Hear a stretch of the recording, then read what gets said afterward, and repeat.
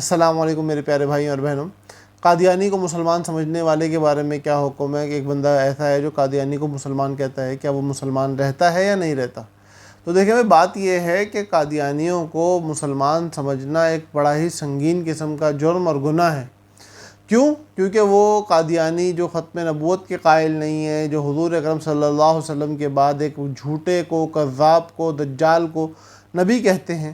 اگر کوئی شخص ان کو مسلمان کہتا ہے تو وہ اپنی زبان سے یوں کہہ رہا ہے کہ حضور کے بعد کسی اور کی نبوت کے ماننے والے بھی مسلمان ہیں، جو کہ ضروریات دین میں سے ایک ضرورت کا انکار ہے، وہ ضرورت ہے ختم نبوت کی ضرورت۔ تو جب اس کا انکار ایک بندہ مان لیتا ہے، تسلیم کر لیتا ہے، تو خود بھی دائرہ اسلام سے خارج ہو جائے گا۔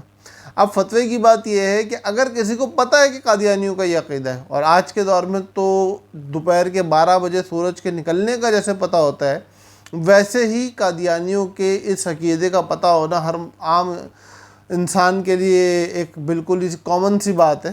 تو اس لیے اگر کسی کو پتہ ہے اور وہ اس عقیدے کو جاننے کے بعد بھی قادیانی کو مسلمان کہہ رہا ہے، تو پھر اس کو اپنے تجدید ایمان کی فکر کرنی چاہیے، اور اس انسان کے ساتھ بھی وہی معاملہ سب کو کرنا چاہیے جو کہ قادیانیوں کے ساتھ کیا جاتا ہے، کہ اس کو ترغیب اسلام کی دی جائے، اس کو سمجھایا جائے اور اس کو بتایا جائے کہ اپنے اس فاسد عقیدے سے بیزاری کا اظہار کرے اور دائرہ اسلام کی طرف اپنے آپ کو لوٹانے کی فکر کرے۔ والسلام۔